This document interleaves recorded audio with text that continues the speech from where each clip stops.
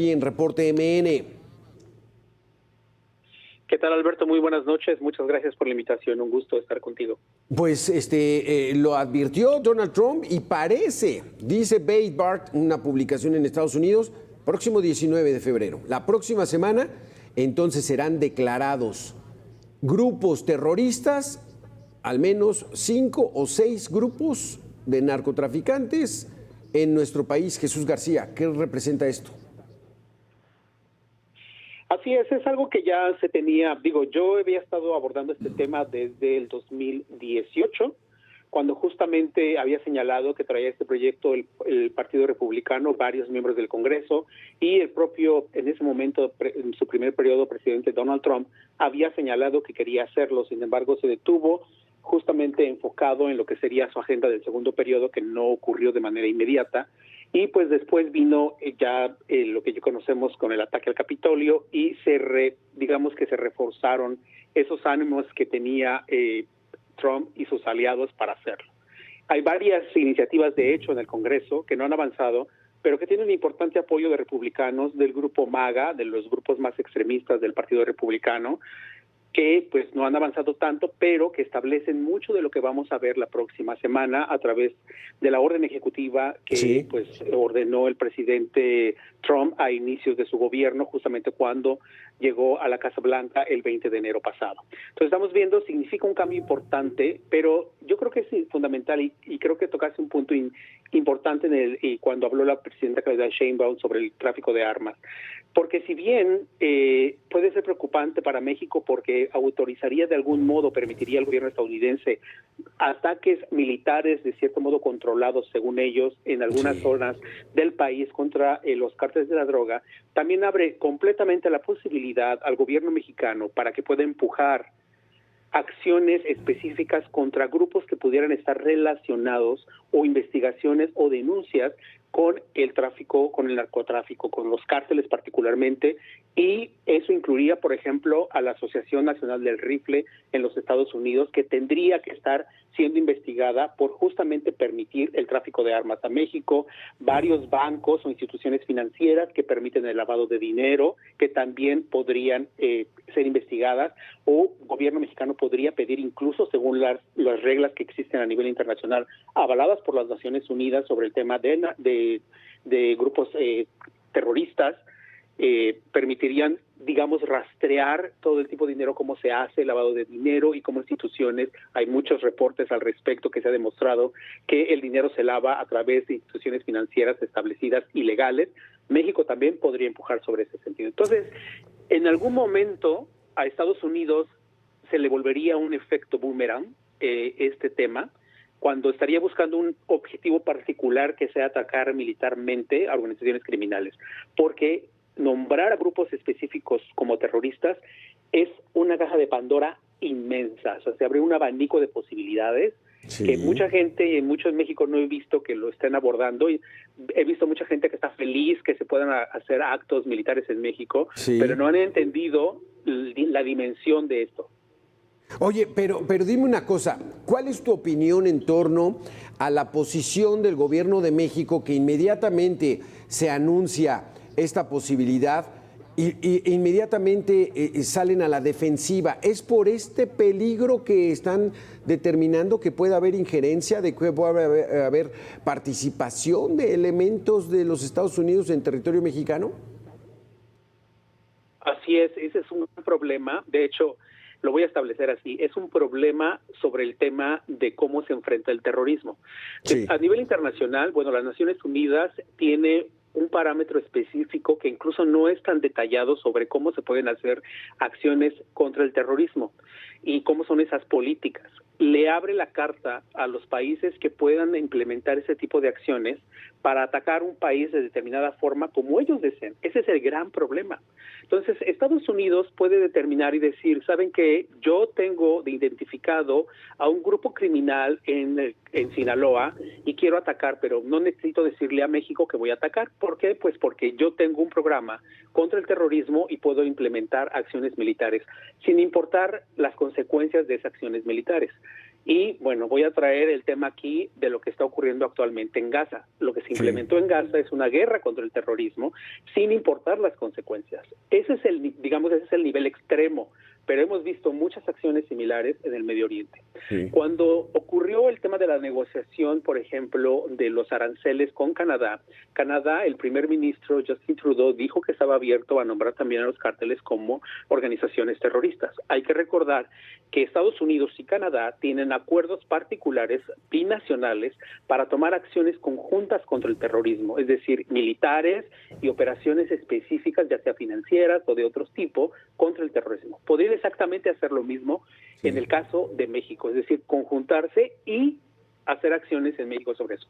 El peligro sí es inminente, sí es importante para México en cuanto a su autonomía, su soberanía, y por eso entiendo mucho la postura de la presidenta Claudia Sheinbaum en ese sentido, porque al mismo tiempo las organizaciones internacionales no tienen la posibilidad de detener ese tipo de acciones de manera inmediata. O sea, prácticamente los países quedan desnudos y a la venia de lo que otro país que decida hacer una acción contra el terrorismo pueda hacer. Ese es el problema. Aquí quisiera también saber tu opinión, Jesús, en el sentido de, ¿es exagerado llamar terroristas a los narcotraficantes en México? Mira, hay una cosa que yo creo que es la mejor forma en que lo estableció la administración Biden cuando le preguntaron por qué no nombrar las organizaciones terroristas. Yo hace poco escribí un texto justamente comparando lo que son las acciones contra grupos criminales, organizaciones transnacionales criminales, incluyendo los cárteles, y lo que incluyen a las organizaciones terroristas. Todo básicamente es lo mismo, todas las acciones son las mismas, es decir, atacar financieramente, tomar acciones conjuntas con países, generar planes, etcétera. La gran diferencia es el tema militar, es decir, la acción militar que un país pueda tomar, esa es la gran diferencia, porque en este momento le da la oportunidad y abre justamente ese abanico. Entonces la administración Biden lo que señaló, que les parecía que todos los elementos que se tenían para tratar, les llaman organizaciones criminales transnacionales, tenían todos los elementos para poder atacarlas y básicamente sin tener que meter tema militar directamente o generar una acción militar unilateral, porque ese es el problema con ese tipo de acciones contra el terrorismo, que suelen ser unilaterales,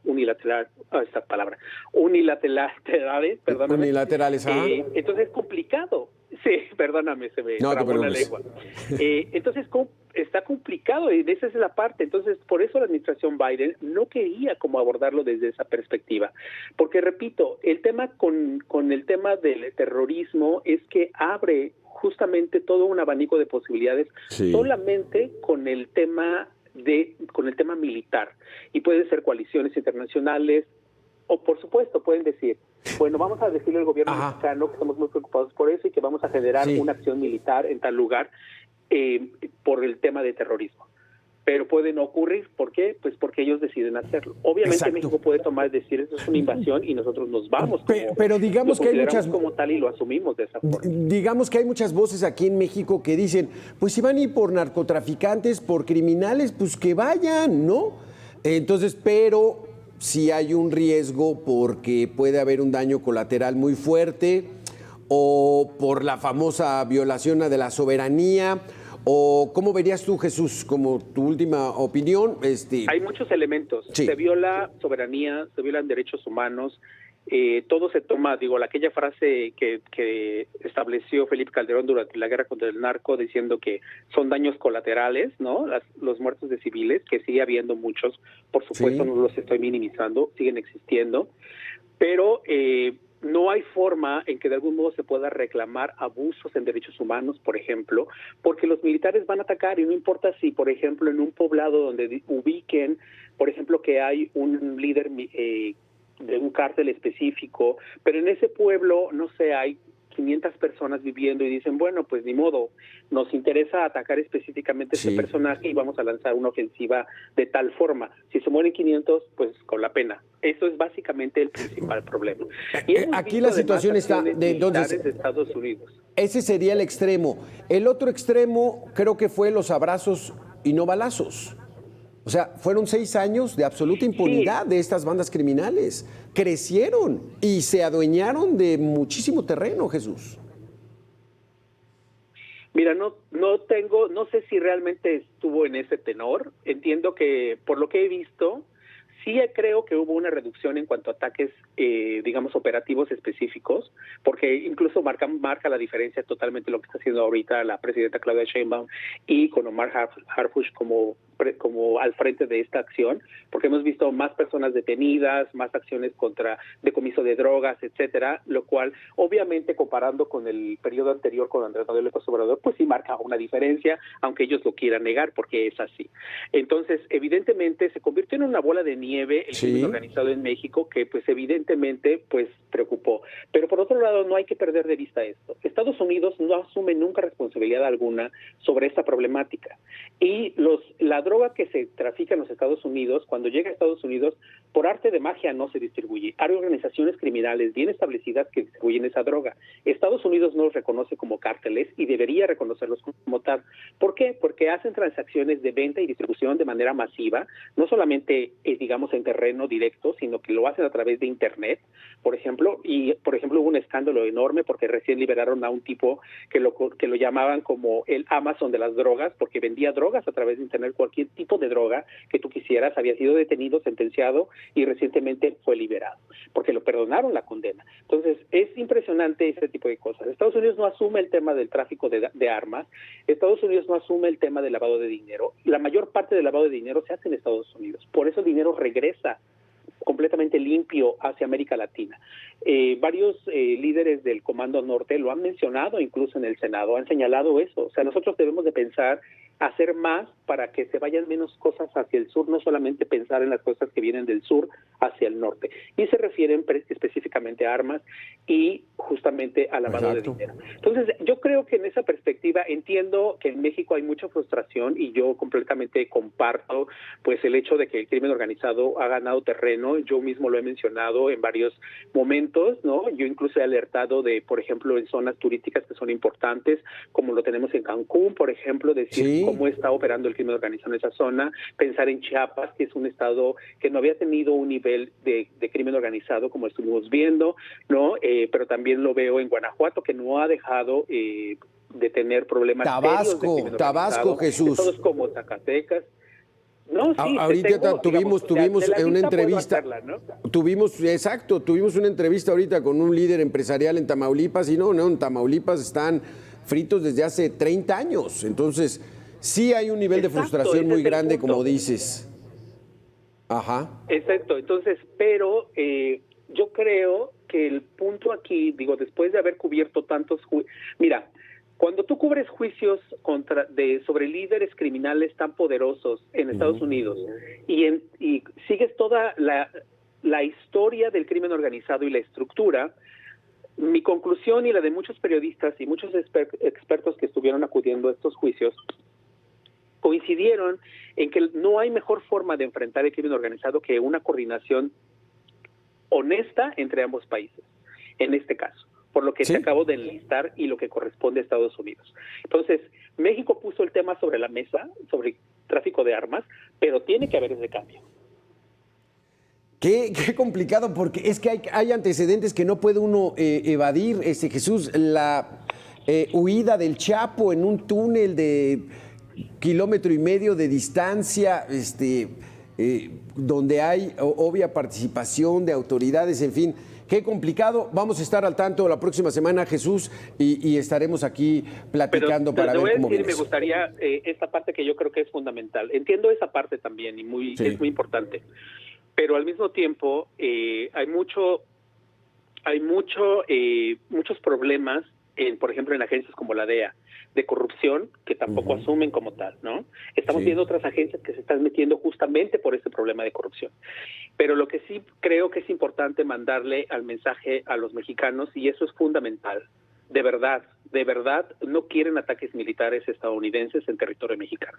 No lo quieren, no lo desearán, de verdad. Por la forma en que hemos visto cómo actúan en otros países, échale un ojo a cómo está Medio Oriente, con todas las acciones militares estadounidenses, con la bandera del terrorismo, y te darás cuenta de lo que te estoy hablando. Exactamente. Jesús García, editor de Política en el diario La Opinión, muchísimas gracias por haber estado con nosotros aquí en Reporte MN. Muchas gracias. Hasta luego, Alberto.